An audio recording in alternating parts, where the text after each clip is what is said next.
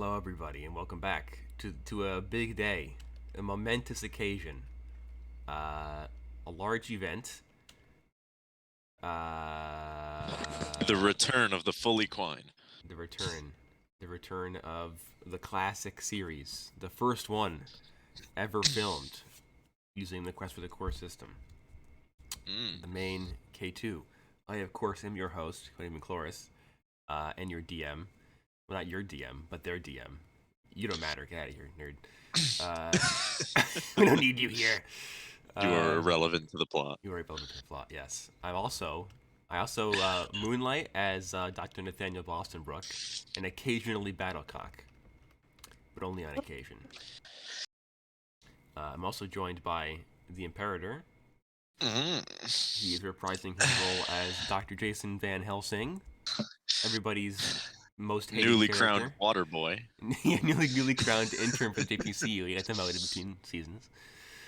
I'm also joined by Mr. Javier, who also plays the character whose name is literally unpronounceable by a human tongue, and Battlecock. Zhuzhou Yeah, My as sanity is I dropping IRL as we as speak. I yeah, as I literally pronounce it. uh, yeah. X the Pyromancer, Battlecock, and occasionally a babbling midget, depending on what spells he casts. Uh, I forgot about that. that's a great spell. And there's also Kyle's here. He's playing a mystery character that will be useful later. A Only mystery later. tool that'll help us later. Yeah. Welcome to Mickey Mouse Clubhouse. So yeah, I say, first episode of season 2, we get right into it. We hop right in. I had like a whole monologue planned, but I'm not gonna read it. Why? Do you want me to read it? Yeah. It's freaking Wow, long. you're actually slacking her past stuff. I mean, it's like contain Yeah, come on. It's pretty. All right, fine. You want me to read out loud? Yes. All right, class, buckle up. You're gonna hear the kid with the speech impediment read out loud for 5 minutes. It's time for an adventure. Yes, it's time. It's time to return to the world of K2 and indulge in debauchery and magic and a little bit of chaos. So, Just a little bit? Wow. well, I mean, with this group, literally, it's only chaos. I don't think. I wouldn't be surprised if by the end of this season the entire world is on fire. Yeah, the whole world is just a hellscape now. And why is that? Honestly, I think my Battlecock character sneezed. would enjoy that. Probably would, honestly. Probably help it happen. Given what happened in the prologue mission a few weeks ago.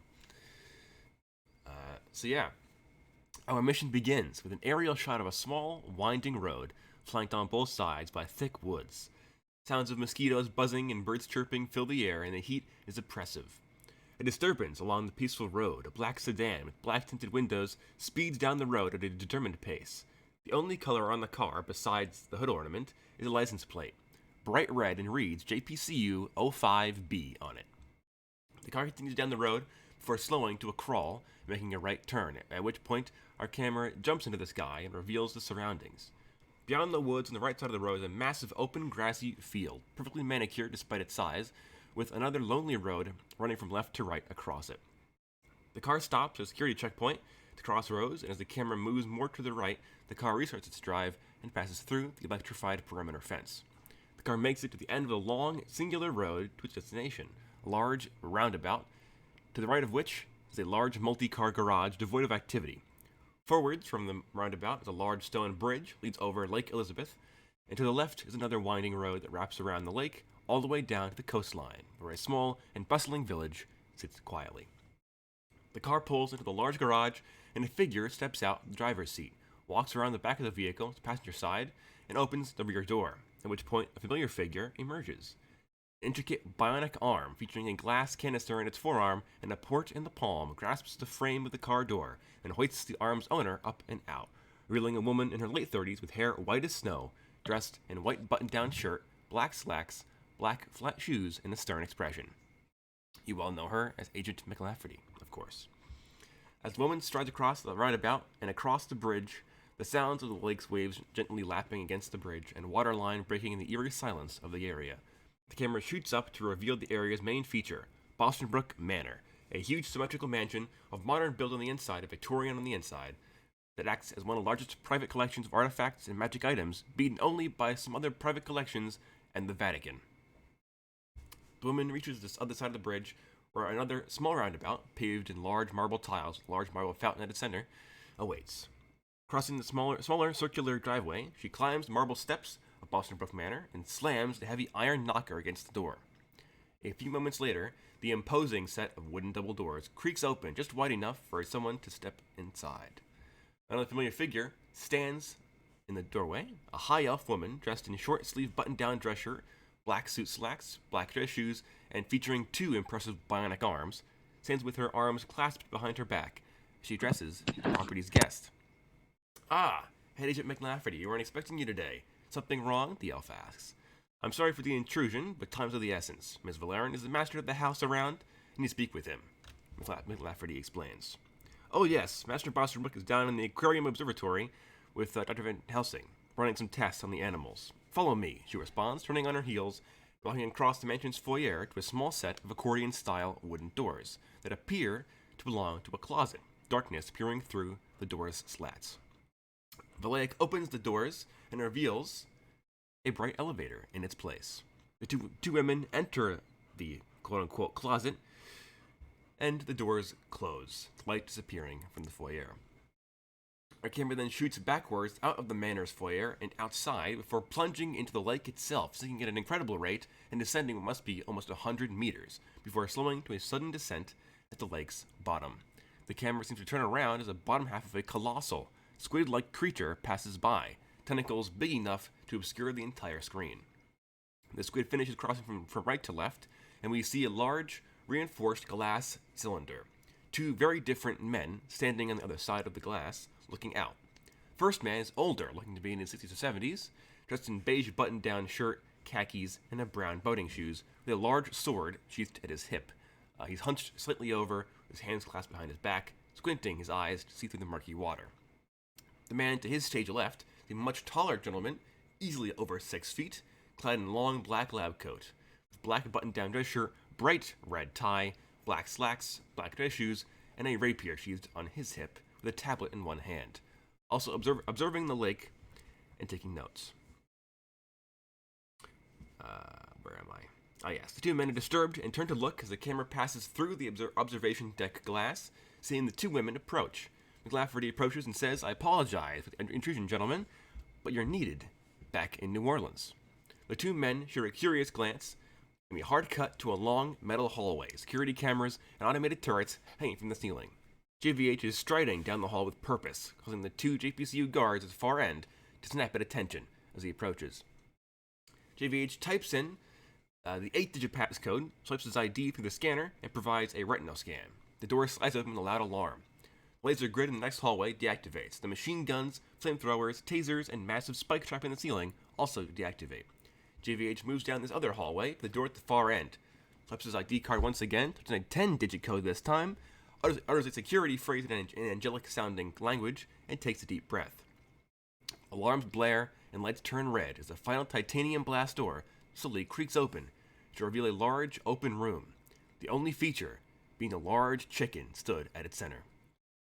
Hard cut to the usual conference room, several chairs headed around a clean steel table, and McLafferty sitting at the head of the table, moving paperwork and looking over some documents.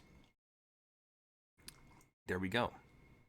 That is our scene. McLafferty seated at this conference table. We saw Battlecock's containment procedures.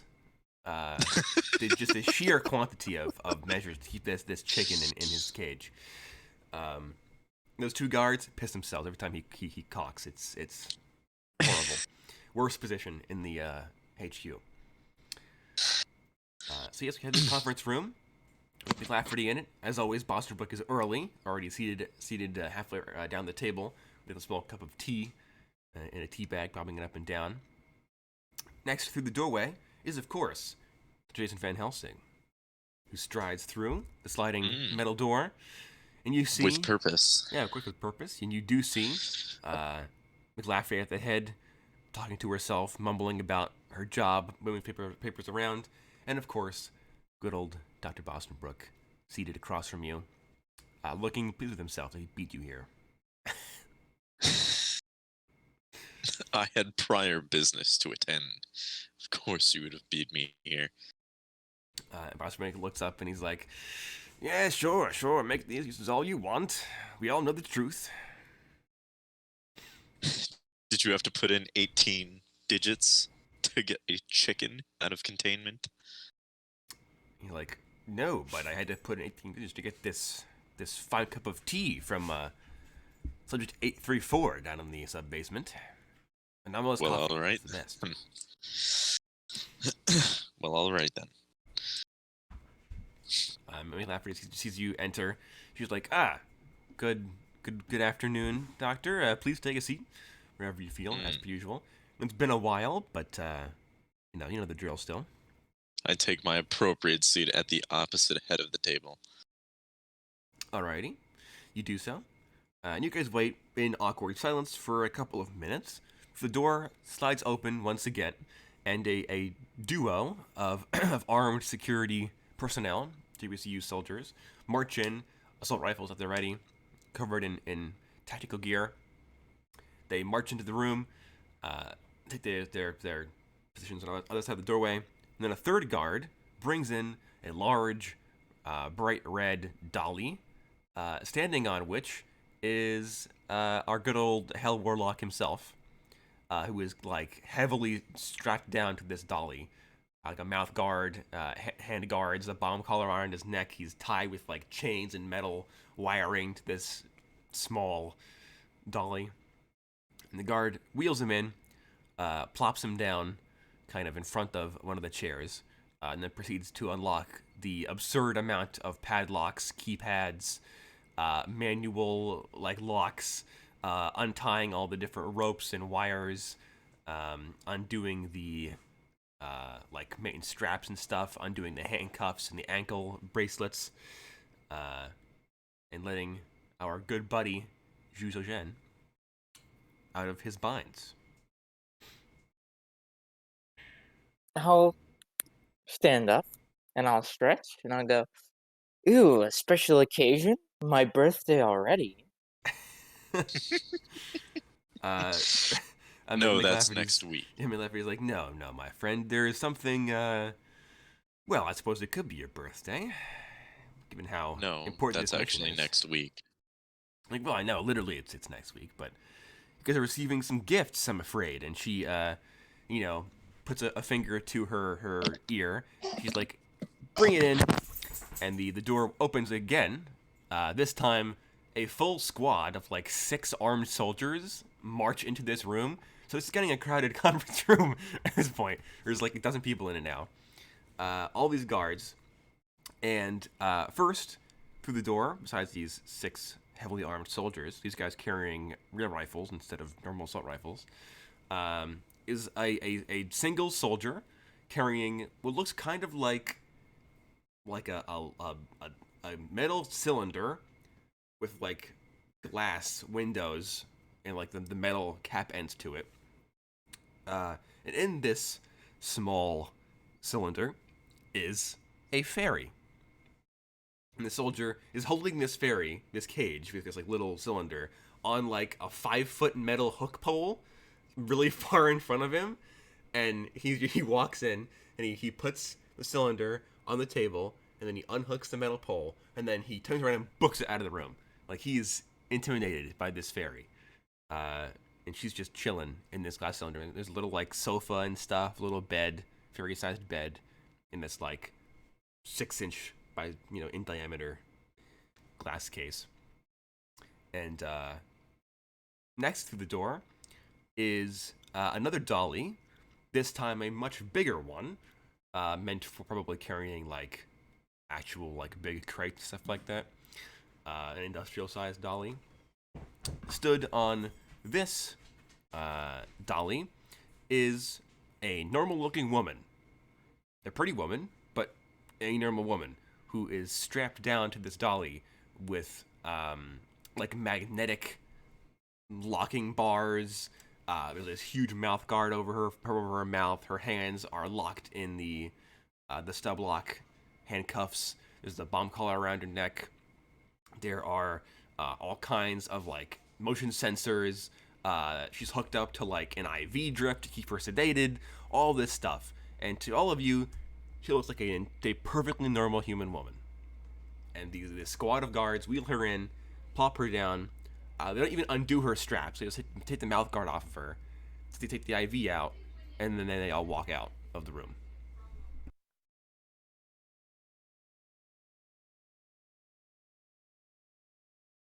So what is the reaction to this?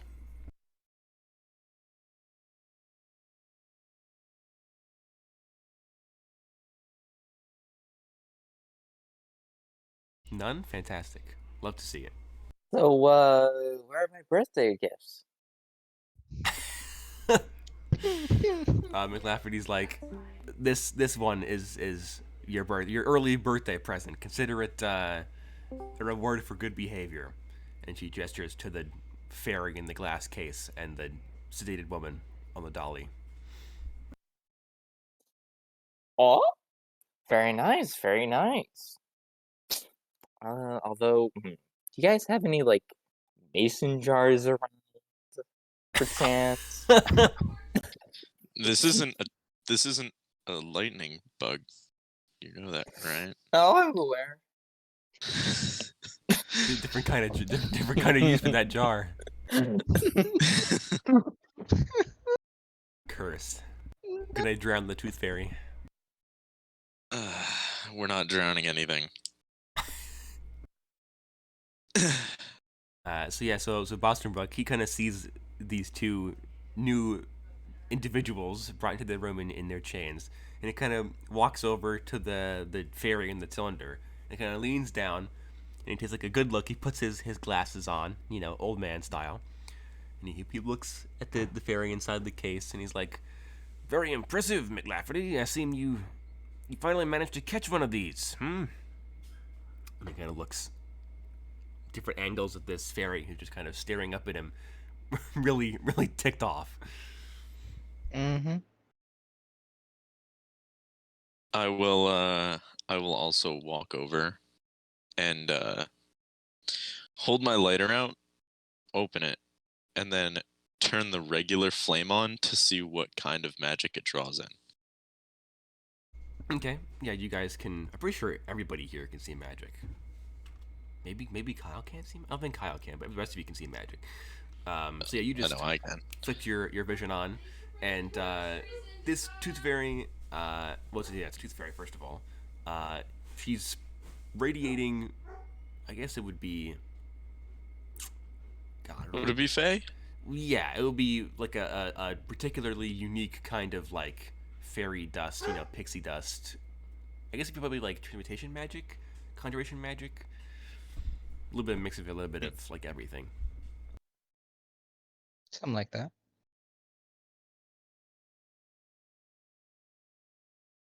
Yeah. Well, all right then. So yeah, you just judging by the way this fairy is kind of dressed, way that she looks, way that she's. All right. giving you Well, what's the daggers. occasion, McLafferty? So yes, McLafferty looks over to you all, and she's like, "Oh, well, this fine occasion. As you were all aware, your previous member of the team, Mr. Kateobast, he was, well, a bit unstable, shall we say? A bit incapable, to put it nicely. And the board of directors felt that his presence was better suited to being trained before he would be suitable for field duty. So we removed him from your team, I'm afraid. As you're all aware, he is currently posted at the Boston Brook Estate facility.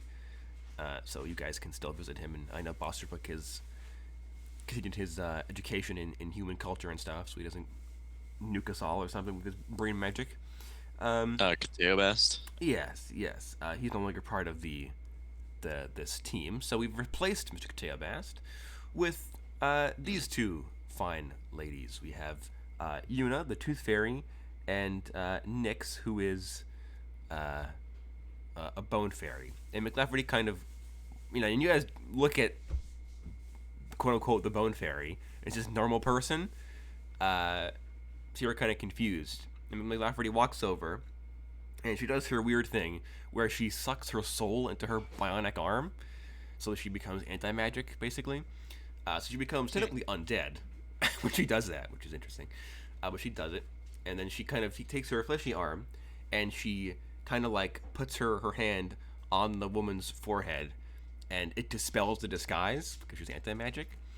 And this pretty young woman transforms into this horrifying, like 7 foot tall, super jacked bone fairy. Very, very deathly pale skin, bright like yellowish eyes, covered in like armored bone plating that's like fused with her skin and her body all over her chest, her arms, her legs. She's these Almost huge, Titan. yeah, these huge, like bone covered wings with like very taut, pale flesh pulled over them. Not pretty, not fey, not fairy looking at all. Horrifying, one might say. Literally enough to drive anybody else crazy. But you guys are all investigators, so you don't care. You're used to this kind of thing. Hardened. Yeah, you've all seen things much worse than a bone fairy. So this transformation occurs, and McLafferty puts her soul back into her body. She's like, so yeah, this is the bone fairy. She's still sedated. She'll be this way for a while. But we figured that you guys could do with a replacement for Mr. Kateobast. So here you are, the Tooth Fairy to help keep the Bone Fairy in check, and the Bone Fairy to help keep the Tooth Fairy alive. Win-win, right? Yeah.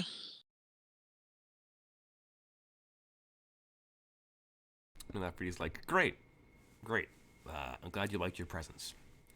And then she walks back over to her seat at the table, and she is like, all right, well, as you all can imagine, I know that it has been a couple of months since your last mission together, but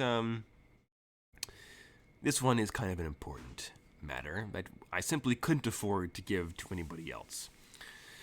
Mostly because this involves some political sensitivity that needs some careful hands and the presence of someone with enough authority within the company to allow things to go smoothly.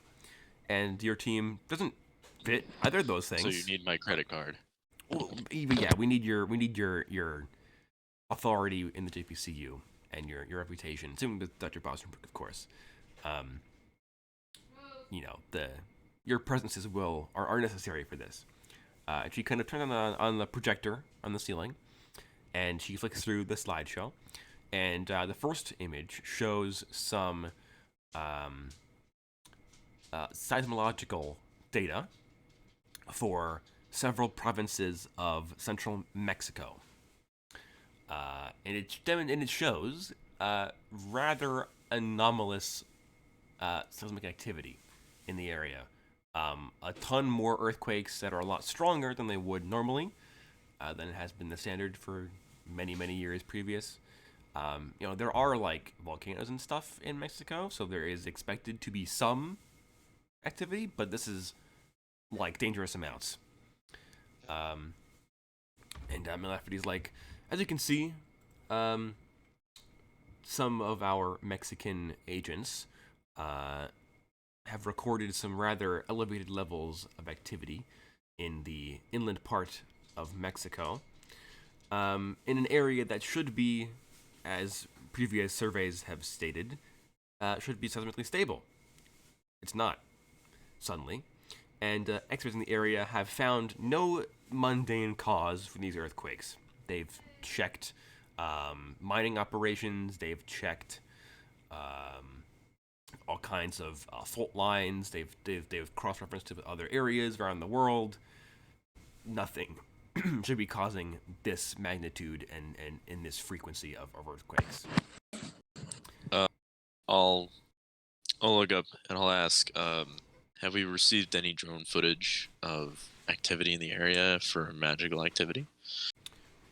She's like, we have, yes, we have.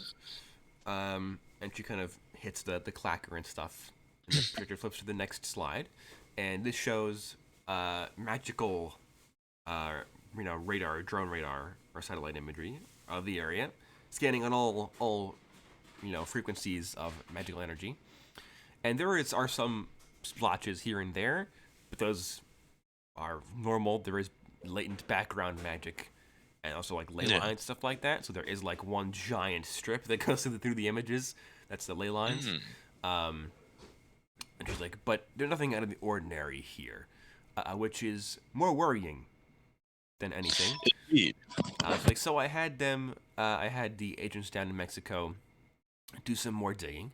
I redirected one of these satellites that looks for pantheonic magic, just in case something more specific and more dangerous was going on. And she flicks the clacker again, and a similar image pops up, but this time the image is bright yellow.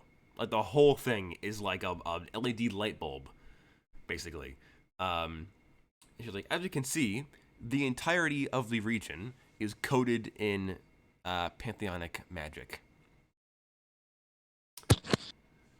Ah, So something big is going on down there, and I inquired with the Mexican government to see if they had, or if they could investigate the matter, if they could interview the locals, and they all said no.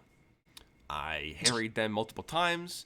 I called their offices. I left messages for their secretaries. I even had some of my men go down there in person to harass them, and still the government will not budge. They just refuse to do anything about it.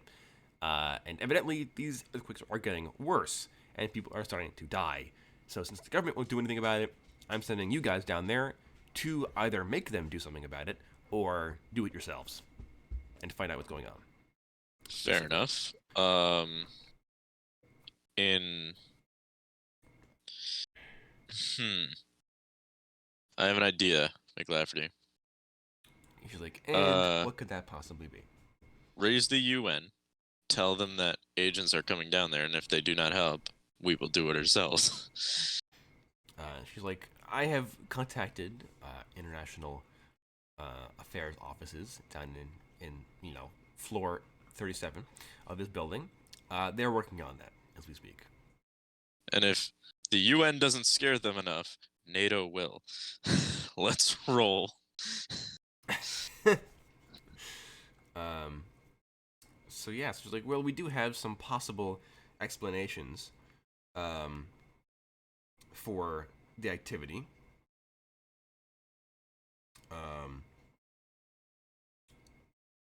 We have some theories anyway that our researchers have come up with.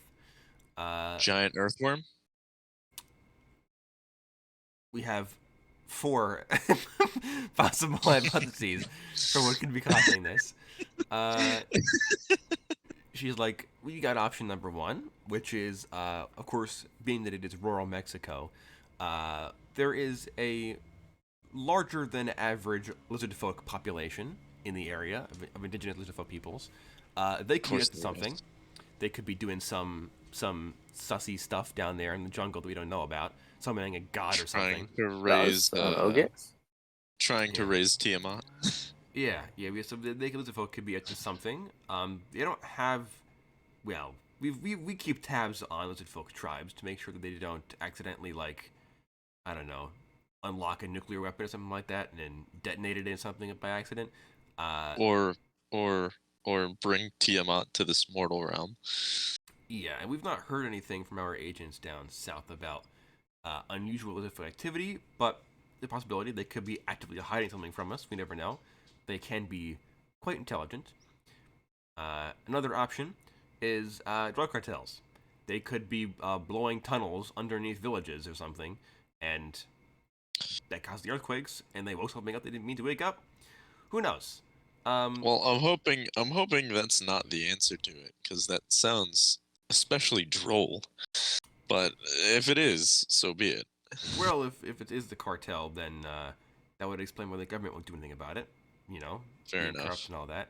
I just hope that if it is the cartel, they didn't accidentally wake up like some ancient Aztec god and are, going to like bring the apocalypse or something like that, because that would Or be inconvenient. a giant earthworm. Yeah, that's option 3 is a big earthworm. So, you know, there are many options. The pantheonic magic narrows it down quite drastically. Uh, so if you Giant do, earthworm god. yeah, it could be like the god of the earthworm, something like that. I don't know. I don't know how they Or it work. could be a sandworm. Yeah, or it could be the mole people, or it could That be is true. different lizard folk, or it could be some horrible cosmic abomination. We really don't know. Um, so I want you guys to head down to Mexico, more specifically, the epicenter of these earthquakes has been around the small village of Aguamanca, which is in like the middle of nowhere in Mexico. Like it's so far out in the boonies, they don't even have like internet. Like it's real It's bad. Brazil, Mexico. Yeah, yeah. Um, Aguamanca has a local library. It's also home to a very well-known American anthropologist named Dr. Aidan Weeks, who I believe Bosterbrook has had talks with in the past. So you guys can check him out. He might be able to offer some information. I tried reaching out to him, but of course there's no internet or cell phones down there, so that won't work.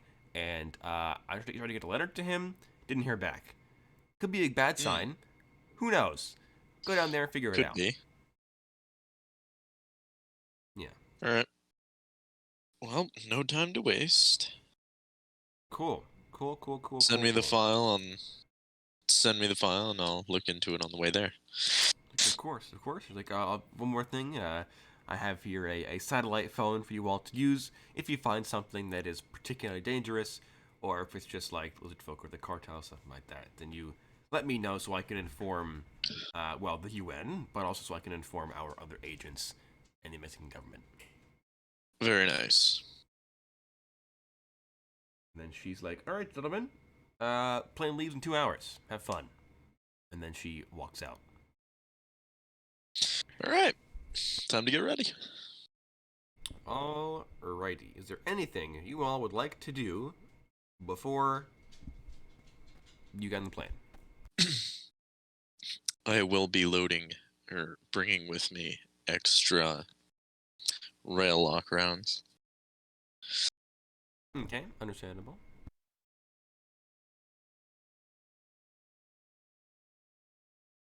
Let's see. Buster was going to bring, his backup ammunition for his pistol because he feels like he's going to have to use it going down to Mexico. Understandable.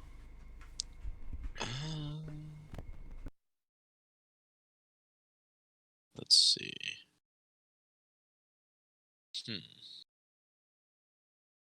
All right, yeah.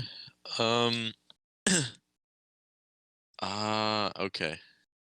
We have the Key of Solomon. We don't need that though.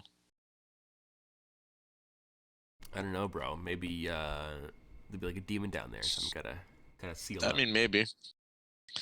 Maybe. Oh wait, no. Key of Solomon. Requires an endurance check and intelligence check. Oh no, that's just a okay. That's a runic spell. Yeah, it's Never a mind that. ritual.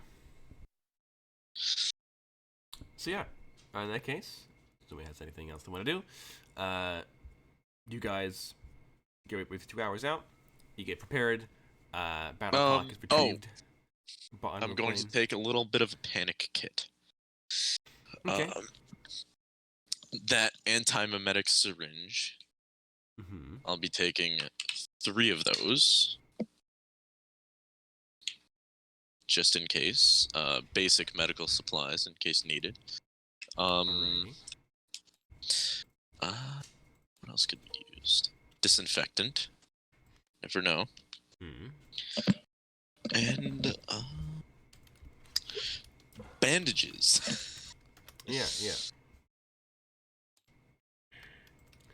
So basic medical supplies. and anti-mimetic. Yeah, that's kind of the most important one because if Boston Brook finds a whiskey tumbler, uh, Going we may just- need to use it. He's good walking to We like don't need a repeat. Yeah, walking to like a bodega in Mexico, and there's like a tumbler on the shelf, and Boston Brook immediately guns down the clerk behind the counter.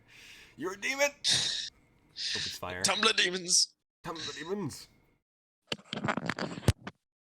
So yeah, you all board the plane, and you all receive a little extra bit of instruction.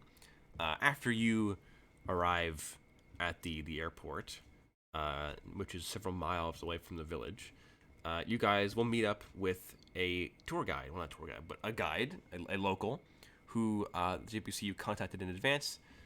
They've worked with him before. He's legit. He's good. They say that he's a bit eccentric, but he does the job well, and he's not died yet. So, can't be that bad. So yeah, got ourselves a guide.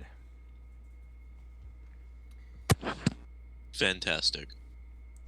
Also, at this point, that would Battlecock be like put in like an animal crate like they do on airplanes? Would he just be like allowed to walk around the plane freely because he's not an animal, but he is an animal? Oh, he's free to move about the cabin.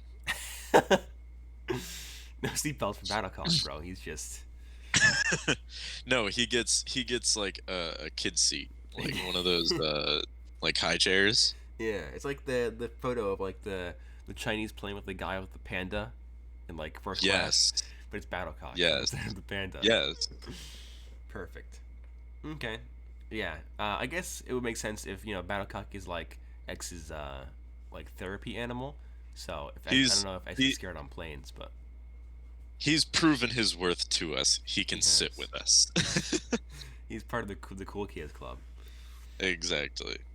X and Battlecock, they're like, all right, yeah, and it's not a problem. Yeah. I don't even think Battlecock has ever actually like been given a bomb collar. Like he's just always been trusted to not run away. Because he's a tiny chicken. Yeah. He's trustworthy. Yeah. So yeah, X has got a bomb collar on still, and of course, both the tiny fairy and the big fairy have bomb collars on because they are not previously tested in the field. So this ought to be fun. But yeah, so you guys make it to the plane. You get on board the plane. You guys have your meals. You guys fly on down from Nolans to the airport in Central Mexico. Few hour flight, not that long though, because you're relatively close, being in New Orleans. You guys land this super fancy private JPCU jet in the most rickety ghetto DIY tarmac. That's just like a dirt field, basically, with like a wooden like treehouse for like the quote unquote air traffic control tower, and there's like a little shack that they use to, handle luggage, stuff like that. And you guys fly out of the airplane, and the heat hits you all like a brick wall. It is oppressively hot. Like it is shocking. The water is like walking through a swamp. It's awful, and it smells like humidity, and it smells like plants, and it smells like that like dirt smell when dirt's been in the sun for like years nonstop. Yes, like dirt cooking. Yeah, like that. It smells really weird, super hot, probably easy like 110, 120 degrees out here. So you're all baking, minus Boston Brook, who's been here before, and well, not here, but in Mexico before. So he's wearing like a short sleeved, button down shirt, his wide brimmed fedora to keep the sun out of his eyes. He's feeling good. He walks down off of the staircase down from the jet, and turns around to all of you, and he's like, Smell that, everyone? The smell of adventure. Then he turns around. Oh, I thought you were gonna say shit. And like, Mainly because Boston Brook, you stepped in shit. he looks down, and he's like, "Oh, inconvenient." And he like snaps his fingers and kind of like pumps his fist towards his shoe, and basically casts like prestidigitation, and blows the feces off of his shoe. Just poof, and it flies off. And he's like, "Ah, the wonders of the arcane, truly convenient at the best of times." Smells more like death, though. He's like, "Yes, decay is heavy in this air." He's like, "As is magic." Dung dung. And then he walks away. I'll put on my glasses that have transition lenses because I'm a cool kid. Of course. Yeah, just to cut in, I'll be driving, so yeah. Wow, driving? Gay. Wow. Imagine driving. Wow, imagine. Look, Imagine. Nyx and Una has places to go, alright? This tiny Keith Fairy driving a car. Cursed image. She is, alright? And see, she's in the cylinder while Nyx holds the cylinder, so she thinks she's driving, but it's Nyx driving. It's a whole process. Yeah, it's like Astral Self Monk, but not Astrals. It's just a different person. Yeah. My arms are very big because they belong to a bone fairy. Battlecock uses his stand ability to drive the car. God, now Battlecock doesn't have a stand quite yet. That comes later. That comes in his next character progression, as he gets the stand abilities. So you guys, walk off of the jet. You guys get to like the baggage area. The attendants give you your bags. Bosterbrook, somebody hands Bosterbrook a bottle of tequila. He just kind of immediately opens and begins drinking from. And he's like, my third favorite thing about Mexico. Boston Brook, what have I told you about drinking on the job? He looks, he's like, as he's bottle deep in his tequila. You've already gone through half of that bottle. Put it down. We have shit to do. And he puts down and he's like, don't worry, doctor, this is simply for the ride, yes. Tell you who. And he marches off. Now, where's our guide? He begins sauntering Well, through the look doors. for the person holding a sign that says 4 gringos. What do you mean? I'm not a gringo. I'm a native speaker here. Isn't that right? And he begins speaking fluent Spanish to the nearest person. I speak ancient Aztec to Boston Brook. I think I've got you beat. And he's like, and he does back to you in also in Aztec. And he's like, "Au contraire." Did the Aztecs have a word for that? I don't think so. No, Oswald makes it up on the spot. He's a linguist now. He just can do that. And you I think guys I'm walk just out. gonna like lean over to the fairies and just be like, "Do you have any idea what they're saying?" You're just like, make a hi me ho, and you're just like, bro, what? I speak infernal sometimes, but not like whatever this is. I speak in Sanskrit. Yeah, Battlecock looks up at X and the Bone Fairies, and he doesn't actually talk, but he conveys the idea that these guys are weird. I don't know how, Yeah, but it for just sure. yeah, Battlecock's empathy powers kick in, and you just understand that's what he's trying to say. So you guys walk out, and you guys see that there's like a small, like, not crowd, but like a gathering of Mexican guys, and they're all holding signs of like, we'll be tour guide for money sort of deal. And you guys walk out, and one of them walks up to you guys, super sleazy looking dude, slick back, black hair. He has like gold chains around his neck, a big gold Rolex on his watch, probably fake. But he's not. He's dressed like a street, like street clothes, basic shirt, jeans, work boots. He has like like a hunting knife on a sheath on his belt. He walks up to Of you course guys, he does. and he's like, hola, you know, are Does you he guys have the stereotypical handlebar mustache with no goatee? Gonna bring sombrero on, a poncho. Yeah. Mariachi band is following behind him the entire time. Just, yeah, you know how it is. Welcome to stereotypical Mexico.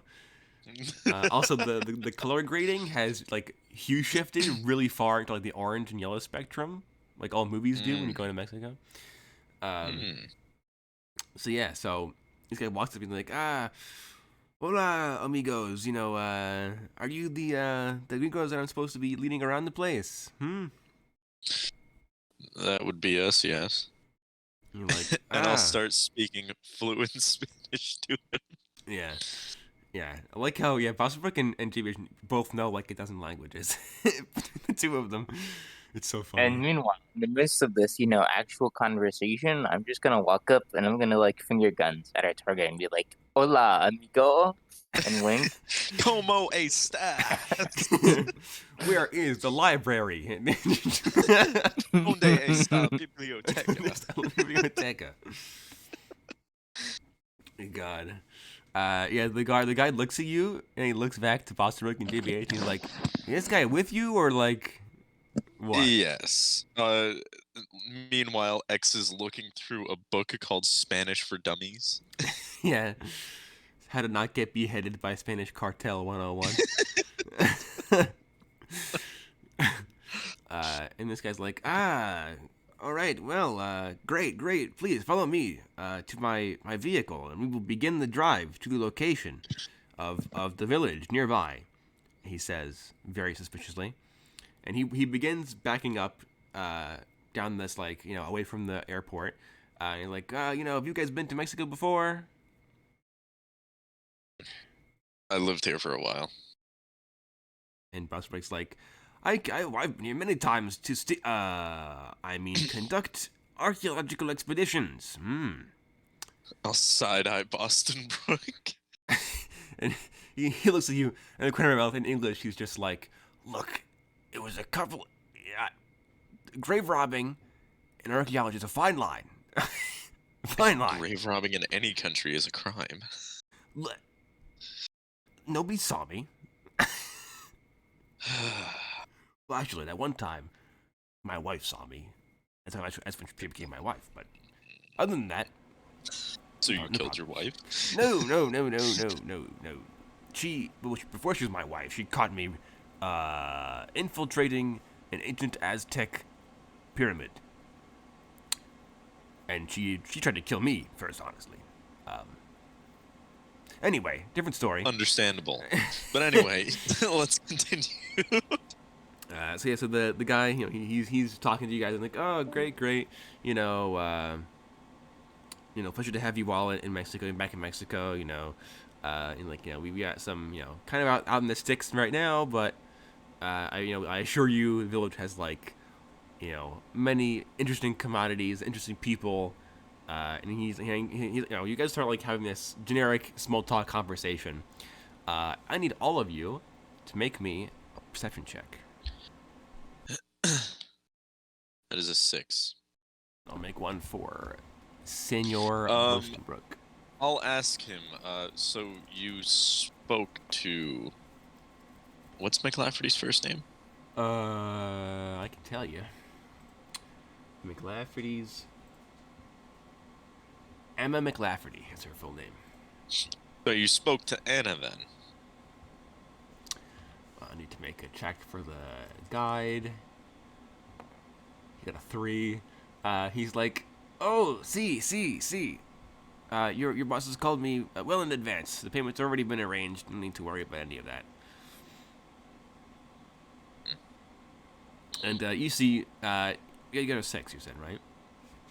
Yeah. Okay. Let's see what Boston Brook's perception stat is.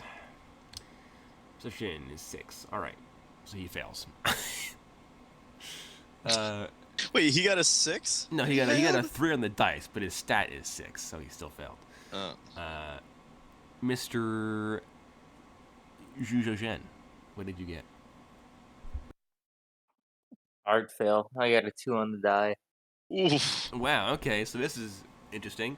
So JVH, as you're talking to this guy, you see you're all kind of standing on the edge on the side of this like road, and in this like ditch off the side of the road, there's this big, well not big, but like a small like pond, basically this murky pond covered in like algae and cattails and stuff, and the guide has his back to the pond, and as you're talking, this massive like green scaled hand, huge like 2-inch long black claws, reaches up from the pond's like water's edge, and you begin to see that actually afterwards a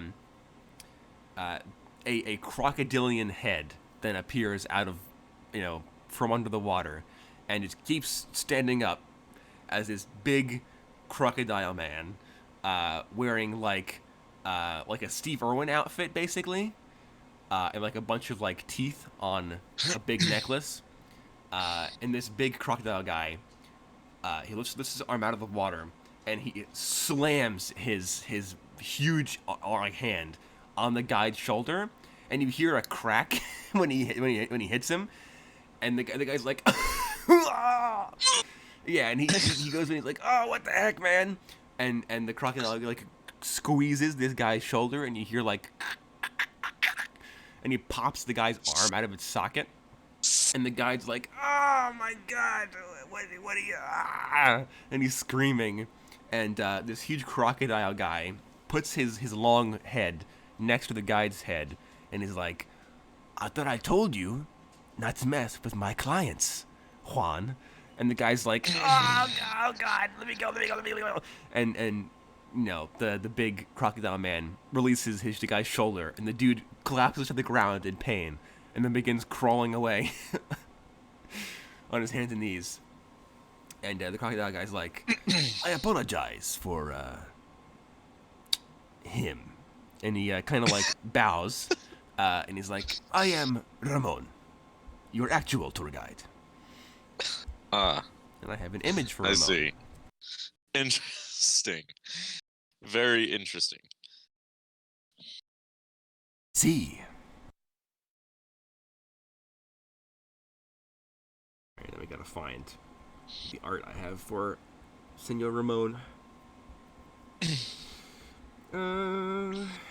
Love how you describe him as wearing a Steve Urkel outfit. No, a Steve Irwin outfit. Like the... Steve Irwin. Irwin. See what I mean. Yeah, you'll see what I mean. Yes, I know what you mean. Yeah. I just said Steve Urkel, and I was like... No, that's very different.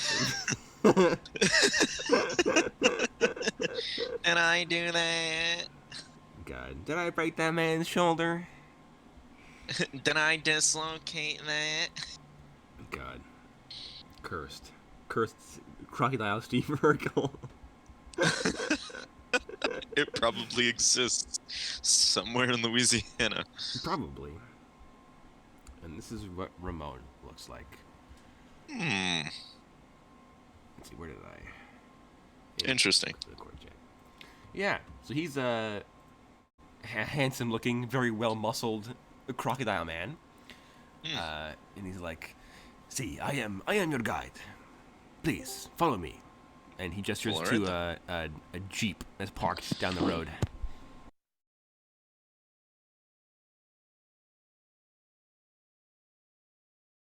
Cool.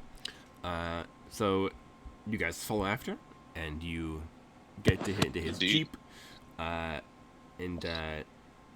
he hops in, and he's like, so, I apologize for my, the locals. Some of them are desperate for cash and like to prey on unwitting strangers. Oh, I'm well aware. And he starts driving this like off-road jeep, like the doors are missing, stuff like that. There's like the open top, very rugged four-wheeler, all-wheel drive, huge wheels. I'll throw into the conversation. Oh yeah, I'm well aware. I lived here for like 50 years. And Ramon's like, see, you're your handler told me that you all were experienced. And he's like, so I assume you all Yeah. brought personal weapons, yes? Indeed, we did. He's like, good, good. Some of the locals can get a bit aggressive. Don't worry about the fairies. The bone fairy is a weapon.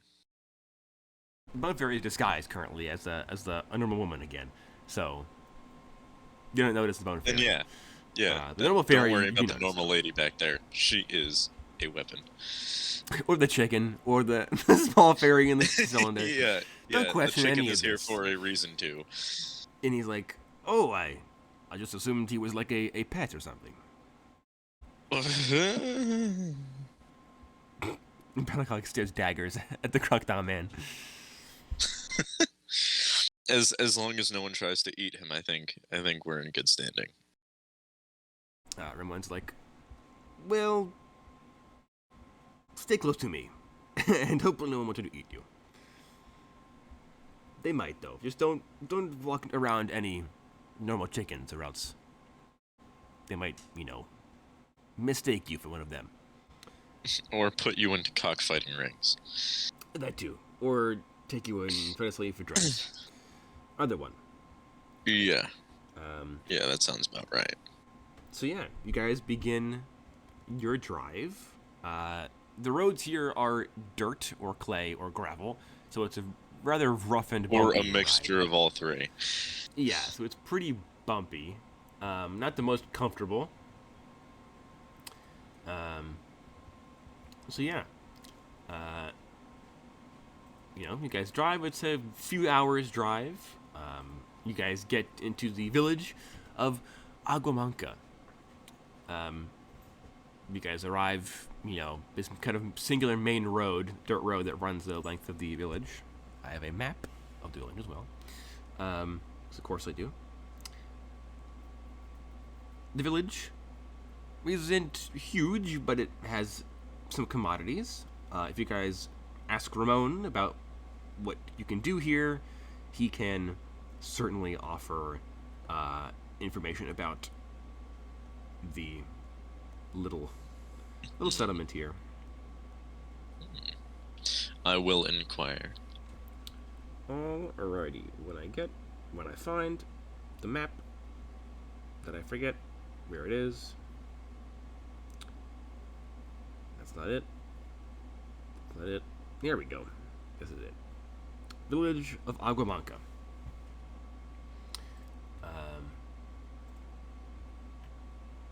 So yeah, it's not huge, but it'll do.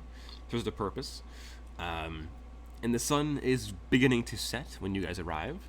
And Ramon's like, so I can bring you all to the local inn and have you all. I think your handler said that you have like a week already rented out of rooms, so Nice. you can go in there and put your bags down and such, and then you can have dinner or have a nap or look around the town. I will be staying in my house, which is building. I think it's building. I want to say either 9 or 10. I can double check. Number 9. Number 9 is Ramon's house. So he's like, so yes, if you have any questions, if I'm not here at the inn or wherever you are, then please let me know. If you want to leave the village, also give me a call. I know where most of the things around the area are, so if you guys want to investigate the lizard folk, I can bring you to that village.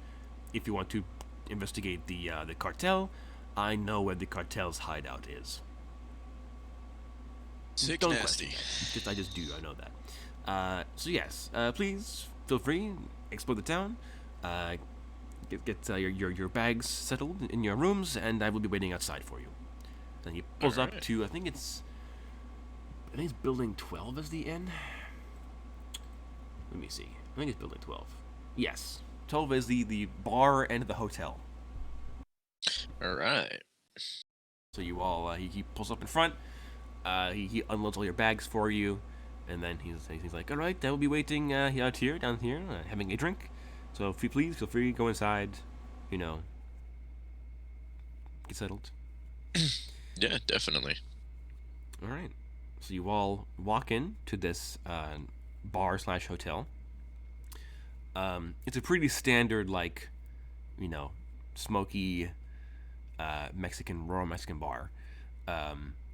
Very saloon style. The bar counter at the far end of the room, staircase leading up to the second and third floors, a couple of tables. There's some guys playing poker on one corner. There are some guys, like a couple of old guys sitting out front in like rocking chairs, drinking and smoking and watching the street and stuff like that. You all walk in. The bartender, he's like, hello. I'm speaking Spanish, of course. And you go, hello. And he sees the rest of you walk in with the chicken and the fairy, and he's like, you must be the gringos that rented out a couple of our rooms for a week in advance. I'll respond in Spanish. Okay. Just to catch him off guard. Of course. And what do you say to? Yes, that's us. And he's like, okay. He's like, fantastic. And he's like, and he turns around and he walks over to like a cork board on the wall with like a bunch of like room keys hanging on it, and he takes. God, how many rooms would you guys want? Basically, 'cause that's how many McLafferty would have arranged. 2. 2. Okay. Who's gonna room with who? Boston Brook is with the fairies. I'm with Wow. X. You're gonna make Boston Brook the guy whose sword he stole from a Fey circle to room with a bunch of fairies? Yes. The fairies will remember that. Yeah, like that's the thing that like I forgot to mention, but like Kyle wasn't here. But like the fairies recognize Boston Brook as being like a legendary figure amongst the Fae because they hate him. Because he's known as he's known as the guy who outsmarted the Fae with their own rules. Like he's smart enough to use basically the story goes that Boston Brook had to, after his wife died, he consulted everything to try and get his wife back. And one of those consultations was he questioned the Fae, an Archfey, to see if he could get his wife back. And he ended up using the Fae's own absurd like etiquette rules to trick the fairy into doing what he wanted. And afterwards, it didn't even work because otherwise he wouldn't be here. So the fairies hate him for being able to trick them, basically. So the Bone Fairy and the Tooth Fairy definitely recognize this guy as being like, wait a minute. Anyway, story about that guy. Is that the same dude, really? Dang. Alright, fine then. I'll bunk with the Fae. Okay. And Boston Brook The and, fairies will remember that. Great. That's my goal. Inter-party conflict, episode 1. Great job. All right. I cast Pick 6, targeting all of my party members. Yeah. Yeah, episode 1, Boston Brook ganks the party. You mean the party ganks Boston Brook? What do you mean, bro? Boston Brook has the highest DPS. But can he come back to life? Well, Now he can. That. Yeah, now he can. Boston Brook is an archmage. He probably has at least one Horcrux somewhere out there in the world, just because he's Boston Brook. But he is still technically a mortal man. Alright then. A magic man. So yeah. So the bartender gives you guys your 2 room keys, one to JVH, one to Boston Brook. And he's like, all right, thank you very much. Please feel free to head up to your rooms. Get settled. Meals aren't included, so pay up, nerds. and then he goes. Foolish mortal. As if I need sustenance. You dare make me pay for my own meals? Do you know who I am? How dare you? So yeah. He gives you your room keys, and he goes back to serving drinks. And Boston Brook smacks the empty bottle of tequila on the bar counter, and he's like, "Another one, senor, por favor." And the bartender's like, "A man of culture, I see." He goes and he plops down an identical bottle of tequila. You're like, yes, your handler mentioned something about having alcohol in stock in advance.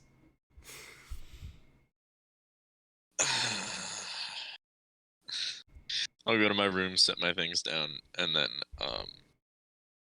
I am going to go to the library. All right, there is a library on the map. That is building number 13, the kind of circular one. So yeah, you put your bag down. You're gonna go to the library. All right. Anybody else have anywhere they want to go? It's a terrifying thought, thinking that Boston Brook is going to be the one in charge here. All right, everyone, let's go and have copious amounts of alcohol, and then when we're all super wasted, let's go and ask the drug cartel about if they're all evil. Well, I'm going think to do Yuna some will second that plan. preliminary research.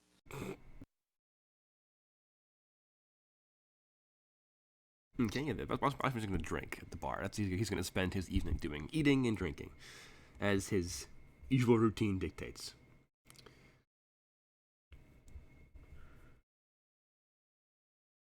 So yeah, the other two of you, anywhere in particular?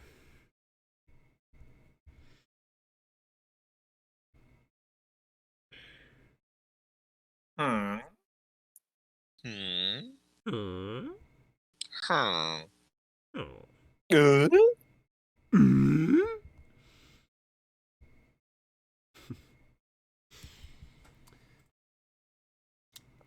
Actually, I wonder, does Looking Battlecock for what? drink? Like alcohol? I mean, Yeah. he could. I'm gonna Google. Can chickens drink alcohol? Can drinkins chick alcohol? Alcohol. Never feed your chickens any form of alcohol, even beer. It's toxic to some animals and do not have the benefit of tolerance like humans do. So no, Battlecock cannot drink alcohol, or else he will die. Damn, bro, damn. I know. Instead, he does cocaine.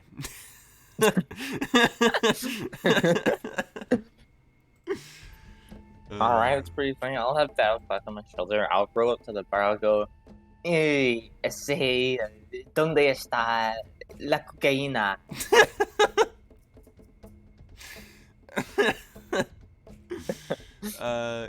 The bartender looks at you, and he kind of like raises his eyebrows, and he's like, and he's replying in Spanish to you, and you don't speak Spanish. You don't know what he seems frustrated with you, like angry. You don't know what he's saying.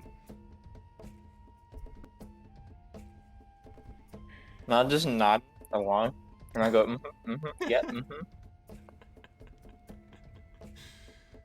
Great. You should ask how many pesos it is. God. ¿Dónde está? Biblioteca. God. So yeah, so the guy just yells at you in Spanish when you don't have any clue what he's saying. Just nod along, and he can very clearly tell that it's just in one ear, out the other ear.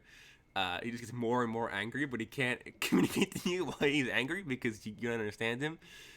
Battlecock, in the meantime, is just shaking his head in dismay, watching this scene unfold on your shoulder. And bartender just like, after 5 minutes of ranting at you, just stops and just like whistles over to one of the guys in the corner of the room, says something to him in Spanish, but you do recognize the word cocaína. And one of the guys playing poker gets up and he walks over to you, X, and he pulls out like a little baggie of cocaine, and he tells you the amount of money that it is in pesos. I'm like, oh, sick. And I'm gonna look over to, like, I don't know, JV Luke's on the other side of the room. I'm just gonna yell over. So, like, do we have a stipend, like a spending limit? What's the deal with that? I'm the only one here with any amount of money other than Boston Brook. So Yeah. no, you do not have spending money. The only spending in your budget is a souvenir. You can get a keychain, but none of them have. So your cocaine. a souvenir of cocaine. I Yeah. went to buy a kilo of Cocaine. cocaine. Mm-hmm. Collector's edition. I That's a have souvenir. one traveler's check for a souvenir for each of you. Okay, well, Boston Brook isn't a Debbie Downer like JVH is, and he's a billionaire, so Boston Brook sees. I literally uses. have the entire JPCU budget at my dispense. Yeah, Boston Brook is also loaded, so he sees this discussion happening, and Boston Brook, drunk as a skunk, walks over to the guy, and he pulls out just like a wad of like US 50s, just palms them in this Mexican guy's hands. Drunkenly, and he's like, "There you go, buddy." And he just Mexican guy's like, not enough. yeah, my Mexican guy, his eyes go wide. This is like $1,000 in U.S. bills, like He's like, way not more. enough. And Buffett kind of like takes the bag of coke from the guy, and he pats the man on the shoulder, and he's like, "I like you, buddy." And then he just kind of hands the drugs to X. And he's like, "Stop being such Okay. a party pooper." Okay. If no one else here is going to be the voice of reason, I am. Parent time, no drugs for the chicken. Aw, really? Yes. I would fucking Really. goddamn. Parent moment, no drugs for the chicken. What a sentence. What a sentence. Ugh. I will allow you a quarter of your fingertip, but none for the chicken. That is the last thing we need. This is not a vacation. We are on company time. Like, damn. I'll look to Battlecock and be like, well, you heard the boss, whatever. Battlecock I expresses just the most sorrow a chicken can express. And then I like leaned in close and I whispered him, but on the back of the room, it's just you, me, and Boston. I will then walk over and apprehend the bottle or the baggie of cocaine. Okay, you go to apprehend the baggie of cocaine, and Bosterbrook, moves his arm to kind of like dodge your attempt at grasping the bag, and he's like, "I kind of good than that, buddy." And he I'll begins, make an like, agility check right now. all right, time for a grapple check. So this would be, 1d10 add your agility versus 1d10. Is he at a disadvantage right now? No, this is strength, so no, he's not. Oh. Rolled a No, 2 he's anyway, at so- triple advantage. Oh, unlucky for him. I got an 8. Oh yeah, he definitely.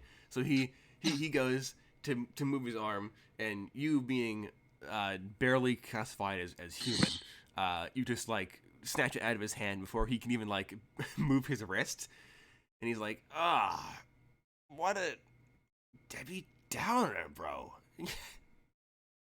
compadre. Yeah, right. What a party pooper. And then Bosterbrook trips over his own feet and lands against the bar and promptly orders a shot of tequila and then downs it. And he's like, "Listen here, buddy. All right, you." All right. Well, anywho, team, we're moving. Let's go. No drugs for the chicken. What a shame. We have a job to do. It's like, and what job's that? Why do you think we're in Mexico, Boston Brook? To party. Drugs. No. Let's go. To go and I'm not and, entertaining drunk Boston Brook any further. like, what do you? I'm always drunk. I will give you an anti-memetic shot right now. And he just kind of like looks at you kind of like drunkenly. And he's like, and then he casts a spell on himself. And I think the spellcasting language he would use, probably like old, like Celtic. And he casts his spell, and suddenly he's sober again. Good. He's like, all right, fine. You ruined my fun, didn't you? There's plenty of time for that after we do our job. And he's like, you're lucky I remember the spell for power word sobriety. The power word sobriety. It's an old Irish spell, you know, the... Of course it is. The old Irish used to use it all the time. Very convenient. Of course. Yes, Of course. Of course.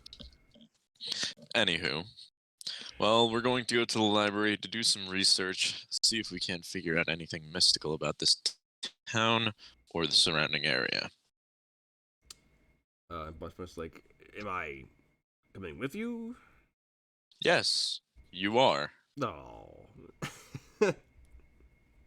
You are the only other person here with an IQ above 200. You're coming with me. I think Like- the both of the fairies would look at this and be like, Well, do either of you have an IQ above 200? I don't know. Busman's Didn't like, take the test. Busman's like, do you guys have literally more doctorates than is feasibly possible? Because I do. I think Yuna would look and be like, we don't need doctorates. I just need teeth. Nyx does not need doctorates. I said Yuna, not Nyx. That's why I didn't speak in third person. I see. Mm-hmm. Nyx, on the other hand, just stays silent. She's eyeing everyone. She's like, she's holding What the is cylinder. happening? We What only- is happening? Yeah, it's just this is the walking glorified wheelbarrow of Nyx holding this Mhm. glass cylinder everywhere they go. Mm-hmm. Glorified wheelbarrow.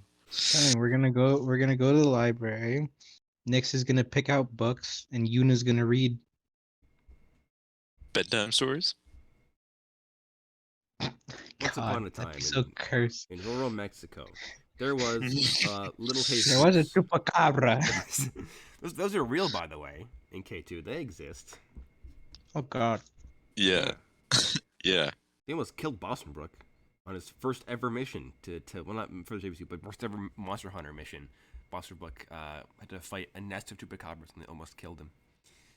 I remember reading about that. Yeah, hmm not to be trifled with. But anyway, to the library we go. All right, sure. And then tomorrow we start the investigation. Alrighty, so you guys walk over to the library. It is open for a couple of hours, you know, until the sun fully sets and stuff. This is a public library. You guys walk in. It's pretty small. Only a couple of stories. It is very bare bones. There's like only like a couple of attendants walking around organizing the books and stuff. One of them sees you all. This young Mexican girl sees you all. She's like, you know, hello, talking in Spanish. She sees that you're gringos, and she starts talking in English. She's like, you know, pleasure to have some more foreigners in our fine village. What can I do for you, folks? I'll turn to her and in perfect Spanish. I will ask for the section about history on this town. She's like, I see. A cultured gringo. Very good. And she begins. I lived here for 50 years. And she keeps talking in English anyway because she doesn't think that the rest of them speak Spanish, which is true. Only you in Boston speak Spanish. So she's like, very good. Well, history of the town, you say? Of course. That's over in the periodical section. And she walks over to one of the... This is library set up. The walls are all lined with bookshelves, of course. All kind of like circular, like, ring of books are on the walls. Then there's a couple of other smaller rings of bookshelves. And then in the center are a couple of big tables and like desks for people to read at and stuff like that. She walks around and she brings you guys over to the medical section. She's like, all right, here you all are. Feel free to have a look around, do some reading. If you want to check out anything Just let me know, and I can get you all your library cards lickety split. All right, yeah. And Boss Buck's like, oh, no need, my dear, I have one. And he pulls out a library card from Mexico. She's like, how did you have one for this province specifically? And he's like, don't ask questions. I know what I'm doing. I'll get one made. You're like, I'll "Alright." start also eyeing the shelves. Of course. So, doing research. What are you guys looking for specifically? What's it called? The cultural history of the town, like what the legends are, Hmm. or well, like of the province, actually. Yeah. Okay. So you're really looking for like the folklore of the town, basically. Yes, essentially. I just found a really cursed chicken image. I'm gonna save this for a future mission.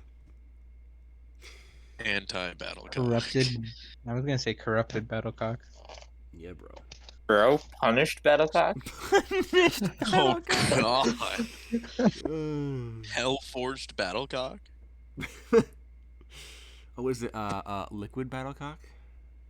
Oh god. Jesus. So yeah, so if you're gonna look for the folklore, you can give me an intelligence check. Alright. The rest of you, do you have anything else you guys want to investigate? Oh I will look for a Spanish to English dictionary. Easily enough done. You can that find is a natty. a natty, you say. Oh. Oh. Alrighty. So you run your fingers along the spines of the books, looking for something that would fit your needs. And like the third book in the lineup is titled like Provincial Folkloric Tales, a collection. And you're like, wow. And other stories. Yeah, another story. And you're like, wow, perfect. Oh, how take it convenient. The generic folklore of the area holds true. Chupacabras, obviously, they're around. Lizard folk, they're around. And then a big part of the book talks about how this kind of like the rural parts of Mexico tend to have a much deeper connection to like their Aztec or their Mayan heritage than like the cities do, as would be expected. So there are still like for example, this town has a church, but there's also an Aztec shrine in the entrance of it. Oh. So there's little stuff like that. So different stories related to that kind of thing. There are stories of fat sucking leech person vampire creatures, which is kind of weird. What else is there? A lot of stuff about like Judeo-Christian myths, so like appearances of Mary and miracles attributed to different saints, stuff like that are in the area. Stuff related to lizard folk. The being is, of course, being so rural in the jungle, lizard folk are relatively common, so their folklore is integrated into the human folklore. What else? There aren't many other races down here, actually. There aren't any. Well, there are wood elves, but they're not like they're in like the deep forests where nobody goes and comes back out kind of forests. And they are very tan. Yes, they are. There are no high elves. There are no sun elves down here. No, definitely no moon elves down here. So I have a question. Do the wood elves of Mexico also have like smaller faces and facial hair? I mean, probably not, but they're definitely like super tan. Definitely like their like dialect of Wood Elven is like Spanish. Same as That's unfortunate. Same as the Poboan Wood Elves. Do they really enjoy beer? They only like tequila and cocaine. Wood Elves make cocaine. God, that'd be cursed. There would also Magical be acuity. Bro, can you guys imagine a magical opium poppy group? Oh, well, there's stuff like that. Yeah, magical like the Lotus Eaters, the magic drugs that Wood Elves make. the Fae makes. When you figure like the Tooth Fairy here, she has magic arrows covered in poison that will knock you out. So they exist. In this book of folklore, there's also some very vague like stories about like an ancient lost continent off in the Pacific Ocean to the west of Mexico, said to hold untold riches and unbridled magic, and you recognize that as referring to Pilbo. Teako. Yeah, so this tells like It rumors of doesn't like exist. of this ancient continent, and like according to ancient Aztec folklore, there's this great apocalyptic war that happened in the Olmecs and that wiped out the civilization, and the Aztecs inherited it, and all this stuff, and like the guy that killed the Olmecs was the dude who left to this far off continent that nobody has found ever since and doesn't exist. Wonder how Teako's doing. Yeah. I should give him a call someday. Maybe I'll give him. Maybe I'll check up on him while I'm here. Yeah. Pop on by. So that's the extent of the local. Anything? folklore. Any legends about earthquakes or having to do with geography? Well, ancient Aztec folklore places very heavy emphasis on caves and on the earth. So you would know that. So I guess I'll look for I guess Aztec folklore next, Okay. or like a book specializing on like Aztec and Mayan folklore. I got an odd question. Sure. Are we in the area where the earthquakes are happening, Yes. or we're just near it? You guys are specifically in the area where the most earthquakes have been recorded, or like the area where most of them have been near, basically. Oh, would it be wrong, or like not good, I guess in a sense, for me to, I don't know, check out like a geographical map of the area? You could find That would be maps. very useful. Definitely find Sick. maps. So in that case, give me an intelligence check using either Yuna or Next, depending on who you want to actually do the looking. I just kicked my cat in the face. Animal abuse? I Wow. was moving on the bed and I felt my toe nick her, like, I don't know. I wanted to just say face. I felt like I hit her nose. And then she went flying out the window. Yeah, my cat gone. I'm It's like petting it's her like the ghost Neil right deGrasse Tyson video where he's like, "Meow." Yeah. now. What am I using? Int? Intelligence. Yeah, intelligence. And then looking Alright, for the so this Aztec is- folklore is the same intelligence check. Well, I got a 10. Dang. Hey. No, but I'm gonna say Yuna got the 10 because I Uh-oh. still find it funny that, like, Nyx would be holding the cylinder and she'd be like looking through the shelves, even though Nyx is obviously tall enough to look herself. Yeah. I don't know. I don't see nothing, boss. Nah, it's not that. Nyx is like looking around, seeing if like anyone's trying to creep up on her and whatnot, while Yuna's like, a little bit to the right, please. Yeah, a little bit up more. Please. Yeah, there we go. Yeah, No, Nyx, your other right.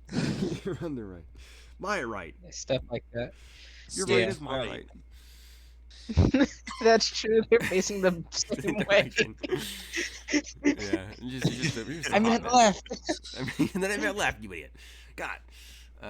So yes, you do find like a couple of maps of the area. Mm. Are you looking for like maps of like cave systems in the area, or just maps of like topographical maps? I think it would delve into cave systems. You know, look at the surface area, pick out where caves could be, and then caves. Okay. You find all So that stuff. topographical. Yeah, topographical, but then like cross-referencing with the caves. So you do find there Oh. are a lot of caves here. Hmm. Mexico is well known for its caves, hence why their ancient culture was based around caves. There's a lot of them. Also a lot of like hot springs, geysers, a lot of like, you know, large cave systems that go very very deep down. Um, yeah, Mm-hmm. there are a lot. In this area specifically, the one that probably would draw your attention is a large ravine that runs. I'll say it runs. What would that be? Northwest to southeast, so like diagonally, basically. And that's probably like an hour or two's drive away from the village. It's well explored, supposedly, according to the map and stuff like that, and the books that you find. Um, but it was created supposedly many years ago by similar earthquakes, and like the ancient, you know, Aztecs believed that it was like a primordial earthquake that was created, you know, when the earth was first made and all this stuff, because it was so like huge, so deep. Mm. In terms of like topographical, the area is relatively flat. There isn't a ton of like there's no mountains or anything. There's hills and like, you know, big hills, a lot of rivers, a lot of lakes and ponds. It's all jungle. So Hmm. there's that. What did you get for your intelligence check, Mr. I have not done it yet. That is a 6. All right, so you do some digging. And Aztec mythology. Are you looking for just generic Aztec mythology, or are you looking for Localized. localized? Okay, so that's just kind of generic. All right, so you find out obviously the basics. Aztec faith is polytheistic. They have tons of gods, some of whom are more local than others. Um, their main gods, God, I have to think of their names. There is Quetzalcoatl, who is also a lizard folk god that predates mankind like entirely. Hmm. Ancient feathered dragon, god of the sky, thunder, Yes. wind, stuff like that. Also a sun god in some versions. And the major god is God. What's there? I can pull up my wiki and go to the page where I have the Aztec deities listed. I have to go to this page and then go to this page. Where is it? Go to here we go. And then list of the gods. All right. So there's the important one is Huitzilopochtli, who is their main sun god, also a war god, also a blood god. He is the like he fills like the Zeus role basically, and he is the sun according to Aztec mythology. Ah. Then another god important is Tezcatlipoca, who is the god of night, magic, prophecy, jaguars, and shapeshifting. There is Tlaloc, who's also really well known, like super famous. He's a god of rain, with like storms and stuff like that. Then there is Camazotz, who's the bat god of darkness, bats, death, and sacrifice. And then there is a kind of like among the kind of like main gods, there is one in the creation story that stands out to you called Xiuhtli. Xiuhtli is a primordial crocodile slash toad slash fish god of the earth who is associated with caves, swamps, the earth. Xiuhtli was a primordial, like Leviathan, basically, that the gods killed to make the landmass of the earth. Well, if I was looking for a dead ringer, It's obviously Quetzalcoatl. Obviously. absolutely. No, I will make a note in my own journal of the last one. Okay. The god Xiuhtli. Yes, which is- Chipotle. Oddly similar in pronunciation to the K3 god before, which is going to trip me up, I'm sure, at some point. You also we also read in the mythology that the Aztec, this is just common knowledge, the Aztecs killed a lot of people. like a lot of Hmm. people. They would sacrifice hundreds of thousands of people on certain holidays at a time. It was wacky and wild and crazy. Hmm. You personally can make me an intelligence check at disadvantage because you are Okay. a mage. So you know more than what the history books would tell you. Uh, that is a 5. You remember? I mean, reading this stuff, it kind of triggers your memory. You lived here for a while. I did, You yes. you remember hearing stories of and encountering situations where people would go missing, and families would assume that it was a cartel that had kidnapped their sons, daughters, fathers, So they or wouldn't whatever. freak out about it, yeah. Yeah, but the thing was, those people always went missing from their houses, or went missing like in the middle of the night, something like that. Rarely went missing in a place where the cartel could easily have gotten them. Hmm. And you remember hearing, and you know you've lived here, so you've gone to like Aztec sites and stuff like that, checked out the tourist traps. Yeah. And being you speak as Aztec in Spanish, you know how to read their hieroglyphs, and you know that some of their Hmm. hieroglyphs mention that their ancient leaders were immortal, first of all, and second of all, fed off of the blood of the sacrificed, Ah, I see. aka we're vampires. Ah, I see. So you hear about that. You're like, oh yeah, that's kind of line stuff. I remember hearing about how the Aztecs used to be Right. a vampire empire, basically. Essentially, yes. Yeah, the Olmec were too, but you know that Tiago killed the Olmec for being vampires. So Understandable. Tiago's doing the Lord's work. he is doing his own work because he is a god now. Yes. So yeah, you remember you know vaguely that the Aztecs were led by vampires, and the Olmec used to be a bunch of vampires. Hmm. Yeah. A possible issue later down the road. Mm-hmm. And like fighting Aztec vampires, you know what I'm saying? Yeah, man. You know what I'm saying, petty officer? Um, Almost as good as fighting Nazi vampires. but yeah, I will take note of that Cool. and hold on to that information for later. You can. Osterbrook is gonna do research on. Hmm. What's a good thing for him to look up? Because he is also a smart boy. He is, He can yes, research he if you is. guys want him to research for you. Yes, please. Will be a good thing. He's gonna look up. Oh God. Well, do you share your findings with the rest of the group? Yes, I do, because that is some valuable information. Okay. The Bostrick will do some more research into the vampires. A good idea. Hopefully, I roll not god awfully this time. Like I have been. At a 10, Lamau.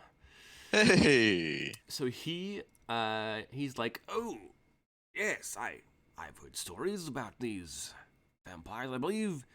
Well, all right. You're all gonna have to be okay with a few things real quick, okay? I've literally lived for centuries. I mean, yes, I know that you were buddy with like Dracula and stuff in the day, right, JVH? You know. I wouldn't say buddy, but we were acquaintances. He was a doctor, I was a doctor. Yes, both men of science and stuff. Yes, of course. Of course. Well, similarly, I've known a number of vampires in my time. Also known a number of monster hunters in my time. Grimms in Europe or the Church, unfortunately, around the world, and they've informed me a great deal about how certain sentient monsters like vampires happen to work. And apparently they're organized into things called houses. Each of them have their own unique abilities, culture, religious beliefs, all that sort of thing. And apparently, to corroborate your story, yes, the Olmec were pretty much all vampires. The whole civilization was vampires. Then Tayako came around, and he was born. And before they could turn him, he was an adult, and he was contacted by the gods, who told him to kill the gods and the vampires. We did. But some of them escaped. One of those gods being Quetzalcoatl, another one being Camazotz, another one being Chipotle, a couple other ones.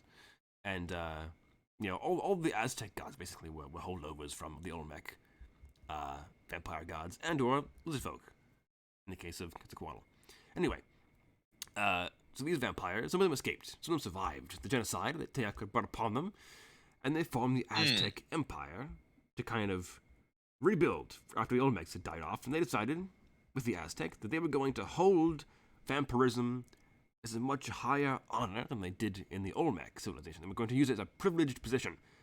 You need to be a priest, or a wealthy nobleman or something like that, or a great warrior, to become a vampire. So, there were far fewer vampires in the Aztec Empire, but still enough to do the job, of course. Eventually, the Spaniards showed up and wiped out the Aztecs because they were like, these people are monsters, literally. So they killed them for their money, and then because they're monsters. But supposedly, some of those ancient Aztec vampires survived into the modern day. And I believe the last Grimm that I spoke to about this said that their house was called House Mamozzi. How you actually pronounce it? Apparently it's an Aztec name. Belongs to the first of their kind. Understandable. I'm going to do much more about them, but I do know that they're still around somewhere. They're very numerous, otherwise they'd be dead by now. The growth had hunted them into extinction. But, Near extinction. yes. So, hopefully there shouldn't be a problem in this case. I haven't heard of them being involved in earthquakes or anything like that, so it doesn't quite line up. Oh yeah, they're just summoning earthquakes into existence, of course. Well, I've not heard about them doing that, so hopefully it isn't them, and we don't have to worry about hunting vampires. Although I will say, I did bring silver bullets in my gun. If you have to. I wouldn't be surprised. Yeah, I've got silver bullets, and magic works on vampires too, so we've got stuff, and sort of magic weapons, so Exactly. yeah, we're all So good. we're pretty much well rounded out for this threat, Yes. whatever it may be. I mean, if it is like a giant earthworm, then I call dibs on killing it. But why? Me and worms go way back, all right? Whatever you say. Great. Any other things we want to investigate before the day is over? And ladies. Off the top of my head, no, I think we've got a good amount of information. Well, I forgot your name again. Yuna's the tiny one. Yuna, are you going to share the information that you found? No, she refuses. Wow.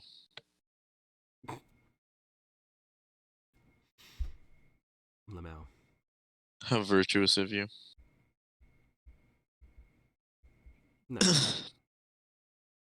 So wait, is that a serious no? You don't share information? I don't know. I don't speak for Kyle. You mean, yeah, that is true. For ease of access, I will say that the information is shared. Because you were Alright, all sick like nasty. following one another anyway, so.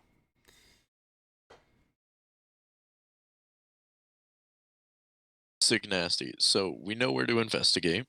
Tomorrow's another day. So tonight we'll get our rest. Work off this jet lag. Well, what's left of it at least. And tomorrow we begin our investigation. Alright. Boss Bertrand's always like, well, you probably should give Ramon an update, yeah? So, what should we tell Yes. him we want to go and do tomorrow first? The lizard folk, or the cartel, or more research? We'll look into the cartel first. Alright, easily done. And then after that, we can investigate that ravine. And like, All right, can be done. And then Osmond's like, I'll go inform Ramon. Meet you all back at the hotel. Then he goes off. All right. And we can end the episode off there. Nice. Well, if you enjoyed today's episode, you know what to do. You know the drill. You're not new here. You're not special. And we will see you next time on Quest for the Core.